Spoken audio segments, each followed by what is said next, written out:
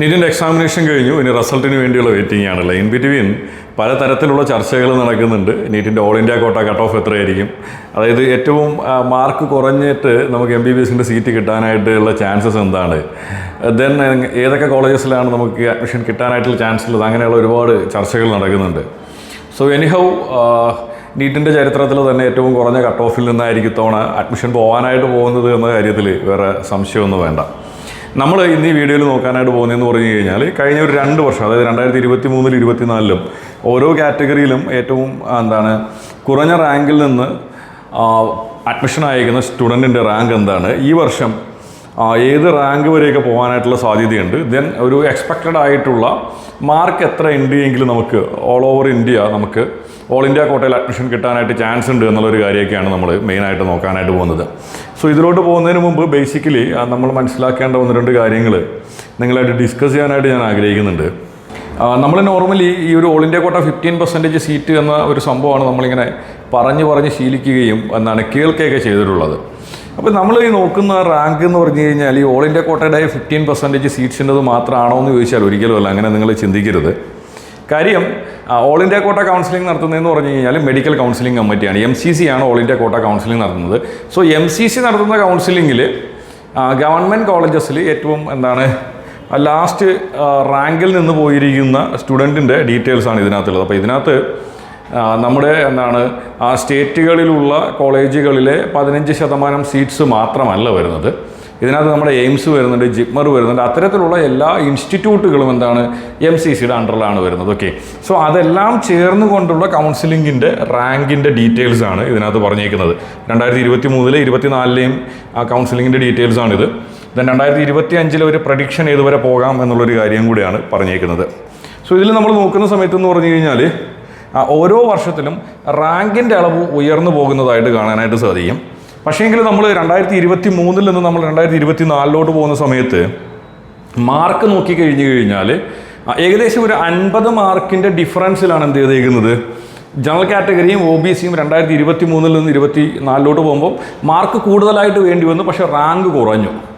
അതിൻ്റെ റീസൺ എന്ന് പറഞ്ഞു കഴിഞ്ഞാൽ നമുക്ക് ഓരോ വർഷം കഴിയും തോറും ഇന്ത്യയിലുള്ള ഗവൺമെൻറ് സെക്ടറിലെയും പ്രൈവറ്റ് സെക്ടറിലെയും എന്ത് ചെയ്യുന്നുണ്ട്, MBBSൻ്റെ സീറ്റ്സ് കൂടി വരികയാണ്. ഇപ്പോൾ കഴിഞ്ഞ വർഷം നോക്കുകയാണെങ്കിൽ 2023-നേക്കാൾ സീറ്റ്സിൻ്റെ എണ്ണം കൂടിയിട്ടുണ്ട്.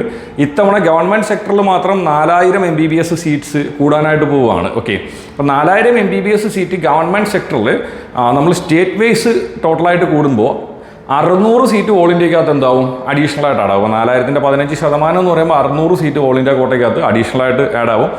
അതുകൂടാണ്ട് ഏതെങ്കിലും എയിംസോ അല്ലെങ്കിൽ ഏതെങ്കിലും സെൻട്രലൈസ്ഡ് യൂണിവേഴ്സിറ്റീസ് ഒക്കെ വരികയാണെങ്കിൽ പോലും ആ സീറ്റ്സും ഞാൻ ഈ പറയുന്ന ഓൾ ഇന്ത്യ കോട്ടയ്ക്ക് ഉള്ളിലോട്ടാണ് ആഡ് ആവാനായിട്ട് പോകുന്നത്. സോ അതുകൊണ്ടാണ് ഓരോ വർഷം കഴിയും തോറും എന്ത് ചെയ്യുന്നത്, റാങ്ക് നമ്മൾ നോക്കുമ്പോൾ അതിന് മുന്നിലത്തെ വർഷത്തേക്കാൾ ഉയർന്ന റാങ്കിൽ നിന്ന് എന്ത് ചെയ്യുന്നു, സ്റ്റുഡൻസ് അലോട്ട് ആവുന്നതായിട്ട് നമുക്ക് കാണാനായിട്ട് സാധിക്കുന്നത്. ഓക്കെ, സോ നമ്മൾ ജനറൽ കാറ്റഗറിയിൽ 2023 നോക്കിക്കഴിഞ്ഞ് കഴിഞ്ഞാൽ 23,674 റാങ്കുള്ള വിദ്യാർത്ഥിയാണ് ജനറൽ കാറ്റഗറിയിൽ നിന്ന് എന്ത് ചെയ്തേക്കുന്നത്, അഡ്മിറ്റ് ആയേക്കുന്നത്. ആ സെയിം സ്ഥാനത്ത് നമ്മൾ 2024-ലോട്ട് വരുന്ന സമയത്ത് എന്ന് പറഞ്ഞു കഴിഞ്ഞാൽ 25,200 റാങ്കുള്ള വിദ്യാർത്ഥിയാണ് എന്ത് ചെയ്തേക്കുന്നത്, ജനറൽ കാറ്റഗറിയിൽ നിന്ന് 2024 അഡ്മിറ്റ് ആയേക്കുന്നത്. സോ എനിഹൗ ഇത്തവണ ഓൾ ഇന്ത്യ കോട്ടയുടെ 15% സീറ്റ്സിൽ മാത്രം എന്ത് ചെയ്യുന്നുണ്ട്, 600 സീറ്റുകളുടെ എണ്ണം അഡീഷണൽ ആയിട്ട് വരികയാണ്.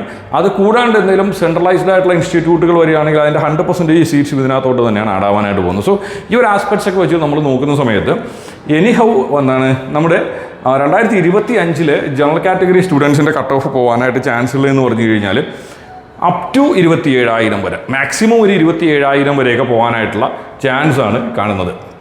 സോ ഇപ്പോൾ ഈ ഒരു 27,000 റാങ്ക് എന്ന് പറയുന്നത് ഈ വർഷത്തെ മാർക്ക് വെച്ചിട്ട് എത്ര വരെ ആകാം എന്നതാണ് അടുത്ത ചോദ്യം വരുന്നതല്ലേ.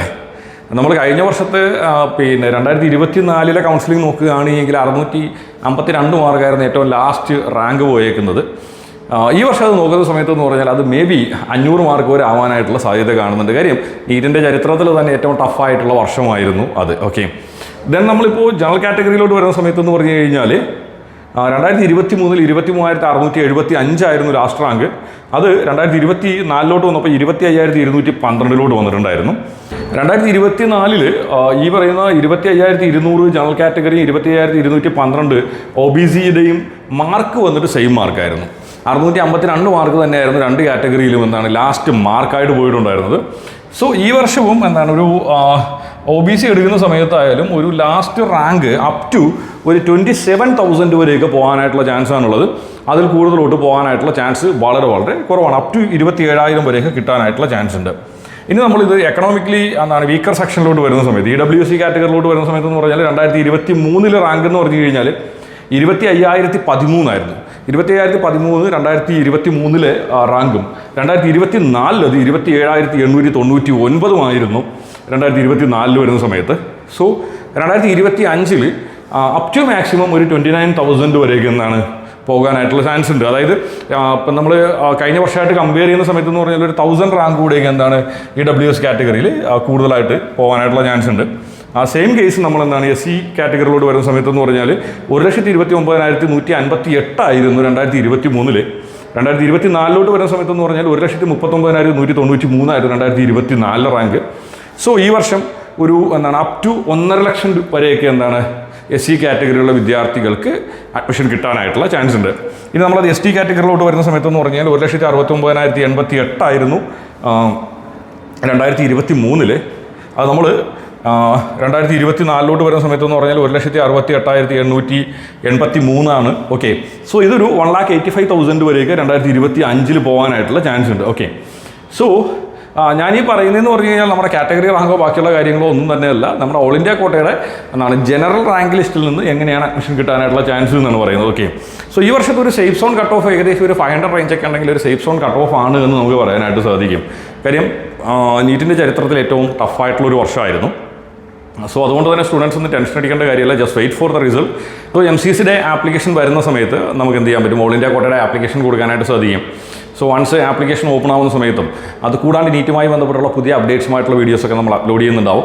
സോ നീറ്റുമായിട്ട് ബന്ധപ്പെട്ടുള്ള വീഡിയോസ് വളരെ വേഗത്തിൽ കിട്ടാനായിട്ട് എന്ത് ചെയ്യുക, മറക്കാണ്ട് ചാനൽ സബ്സ്ക്രൈബ് ചെയ്യുക. അപ്പോൾ പുതിയൊരു വീഡിയോയിൽ കാണുന്നവരേക്കും എല്ലാ കൂട്ടുകാർക്കും ബൈ ബൈ.